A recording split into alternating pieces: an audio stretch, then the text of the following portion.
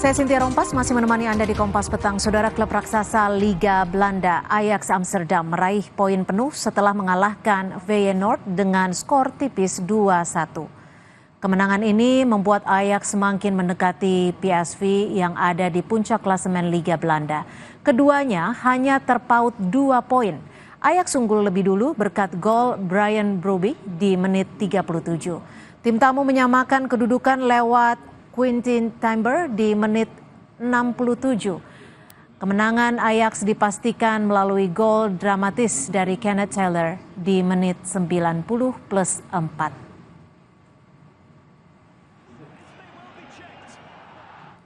Saudara, usai tiba di Indonesia, pelatih Timnas Patrick Kluivert bersama dengan jajaran asisten pelatih memantau laga Persija Jakarta melawan PSSB Biak.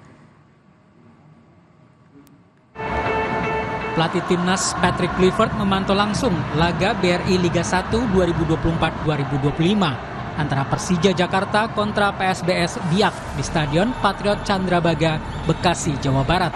Dia didampingi 3 asistennya, Alex Pastur, Denny Lanzat, dan Gerald Vandenberg. Ada beberapa pemain yang sedang dipantau oleh Patrick Kluivert. Misalnya pemain Persija Jakarta yang menjadi langganan Timnas Indonesia, seperti Rizky Ridho, Witan Sulaiman, dan Muhammad Ferrari. Kluivert dan asisten pelatihnya langsung bergerak cepat setelah tiba di Indonesia Sabtu malam. Kluivert sempat menyebut pemain yang berlaga di Liga 1 adalah jantung timnas. Menurutnya penting menciptakan sinergi antara pemain lokal dengan pemain diaspora di timnas. Are the heart of Indonesia, and the other players are of course super important, but I think we need to focus very good on the local players and check the quality of the local players, because I think that is hyper important to implement those players as well, because you want to have also the heart of Indonesia in the team. Patrick Kluivert hanya memiliki waktu kurang dari 2 bulan untuk mempersiapkan timnas jelang laga lawan Australia 20 Maret mendatang. Tim Liputan Kompas TV. Pelatih Timnas Patrick Kluivert bergerak cepat menyiapkan skuad Garuda menjelang laga kualifikasi Piala Dunia 2026 zona Asia melawan Australia Maret nanti. Setelah menugaskan para asistennya untuk memantau para pemain yang berlaga di Eropa, kini Kluivert turun langsung melihat pemain timnas yang bermain di laga 1. Pemain seperti apa yang dicari oleh Kluivert? Dan kami akan membahasnya bersama dengan pengamat sepak bola, Bung Kusnaini. Selamat petang, Bung Kusnaini. Terima kasih sudah hadir bersama kami di Kompas Petang. Ini Kluivert bilang pemain lokal adalah jantung dari timnas Indonesia. Kalau begitu pemain seperti apa nih yang bisa disebut sebagai jantung timnas, Bung Kus?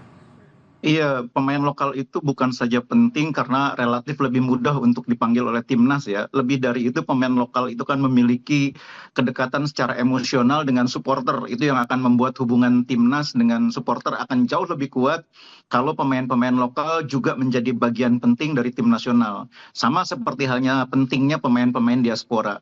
Nah, saya pikir Kluivert memiliki kultur sepak bola Belanda yang kuat ya. Asisten pelatihnya pun dua-duanya yang sudah ada saat ini juga memiliki kultur sepak bola Belanda. Karena itu saya pikir pemain-pemain yang akan dibutuhkan oleh Kluivert nanti mungkin kurang lebih pemain yang memiliki kriteria seperti itu ya. Di Belanda itu kan sepak bola dimainkan dengan formasi rata-rata 4-3-3, di mana pemain-pemain sayap berperan penting dalam serangan sebuah tim. Kemudian pergerakan antar pemain, kerjasama antar pemain.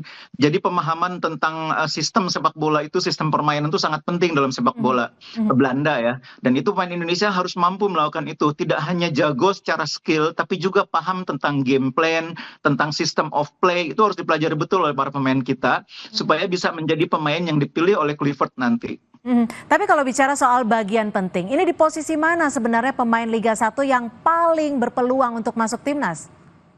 Iya, realitanya saat ini kan sebagian besar klub Liga 1 itu memiliki pemain-pemain asing dalam jumlah yang cukup besar dan mereka menempati posisi-posisi yang sentral. Misalnya striker, playmaker, kemudian stopper atau back tengah. Pemain ini saya itu rata-rata mainnya agak ke pinggir gitu ya, sebagai back kanan, back kiri, sayap kanan, sayap kiri, atau mungkin di gelandang tengah ada ya. Nah itulah saya pikir pemain-pemain Indonesia punya kesempatan besar untuk mendapatkan kesempatan dipanggil oleh Kluivert pada saat Piala Dunia nanti, kualifikasi Piala Dunia di posisi-posisi tersebut. Dan saat ini pun di era Sintayong sebelumnya, itu pemain-pemain kita emang banyaknya kan main di posisi itu. Bek kanan, bek kiri itu rata-rata pemain lokal, ada Asnawi, ada Pratama Arhan, wing juga rata-rata pemain lokal ya, ada Witan, ada Egy. Kalau posisi-posisi di depan, striker itu Sananta masih belum bisa bersaing. Begitu juga dengan posisi bek tengah mungkin hanya Rizky Ridho yang mampu menjadi bagian dari line up gitu ya atau starter. Sementara pemain lain rata-rata hanya menjadi pelapis. Ini tentu menjadi tantangan ke depannya.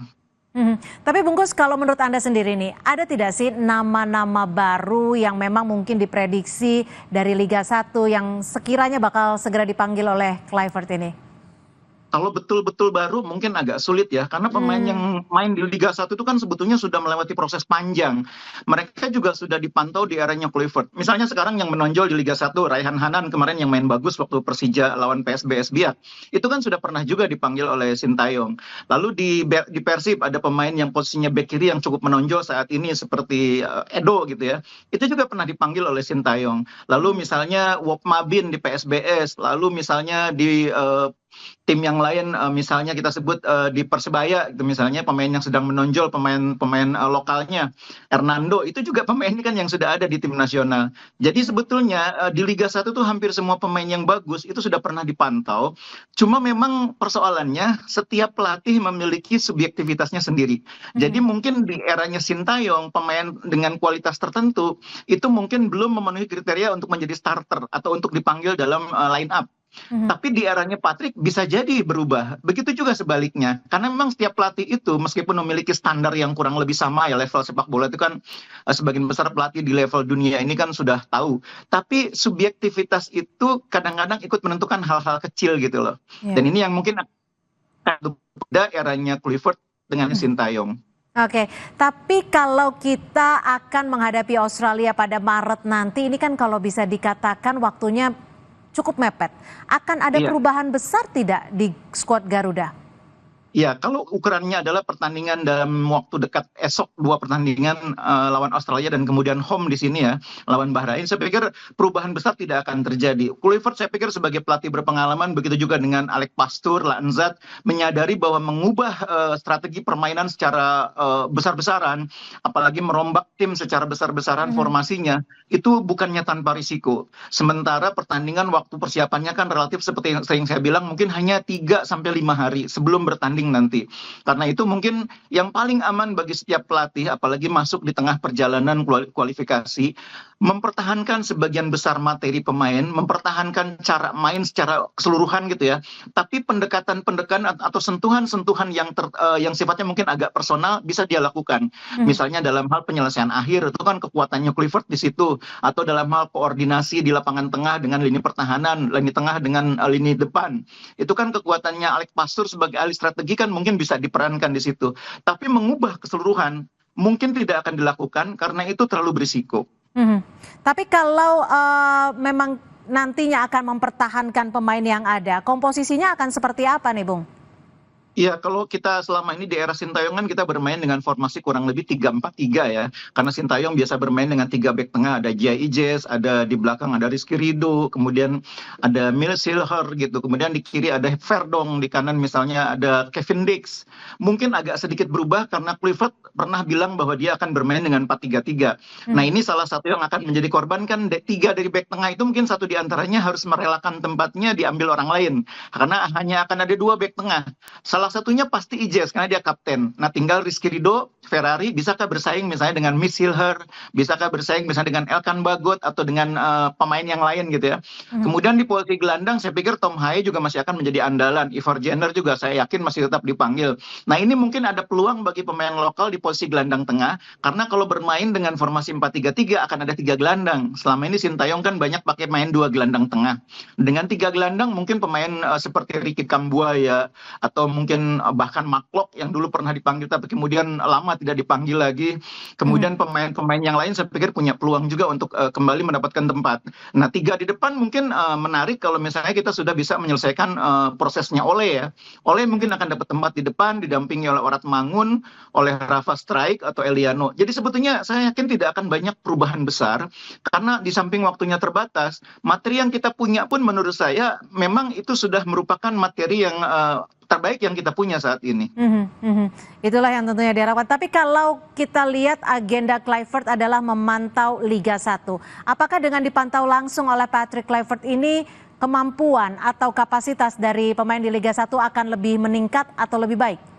Nah, begini harus dipahami bahwa pemain itu main di satu pertandingan bisa luar biasa, tapi di pertandingan berikutnya belum tentu sama luar biasanya. Sebaliknya juga sama. Di pertandingan yang dipantau oleh pelatih saat itu mungkin tidak luar biasa, tapi sebetulnya kemampuan dia itu bagus. Cuma mungkin pada saat dipantau tidak terlihat karena dalam kondisi yang tidak optimal.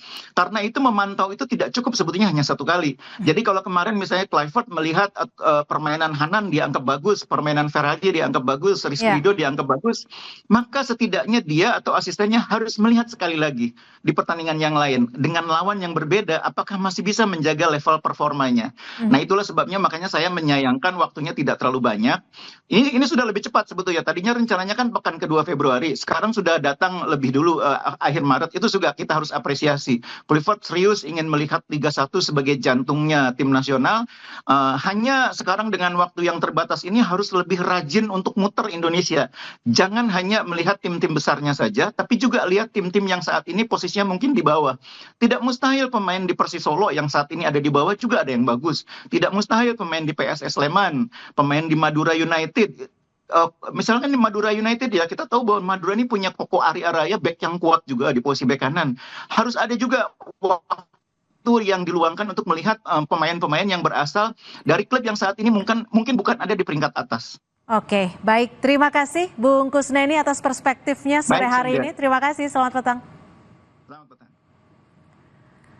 Saudara, pasangan ganda putri Indonesia, Fadia Lani, mencatat sejarah usai merebut gelar juara Thailand Masters 2025 usai menumbangkan wakil tuan rumah.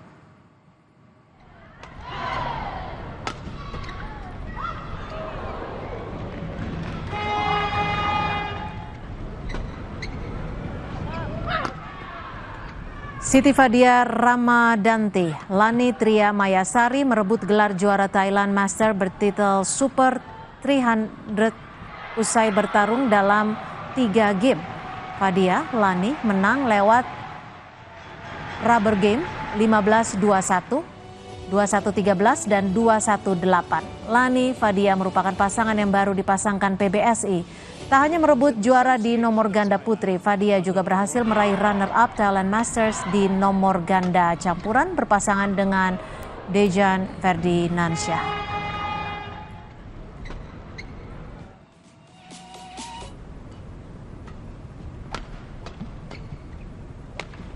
Sementara itu, saudara, pemain muda tunggal putri Indonesia, Komang Ayu Cahya Dewi, berhasil mencapai final dan merebut runner-up. Dewi berlaga di babak puncak menghadapi andalan tuan rumah Ponpawe Chuwong dalam permainan rubber game. Prestasi yang diraih Komang ini meningkat dibanding penampilannya di Indonesia Masters yang tersingkir di babak 32 besar. Pada babak final, Thailand Masters Indonesia berhasil menempatkan 4 wakil.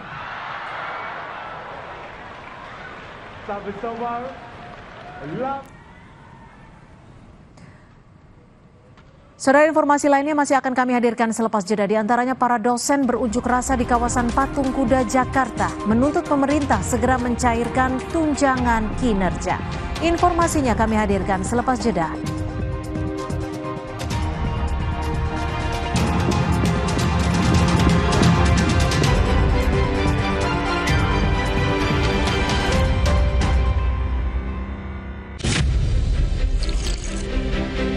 Ngeri mantapnya. Belum makan? Yakin ngopi? Luwak white coffee nyaman diminum. Luwak white dan luwak hitam diolah dengan teknologi slow roasting, membuat pH level lebih netral sehingga nyaman diminum kapan saja.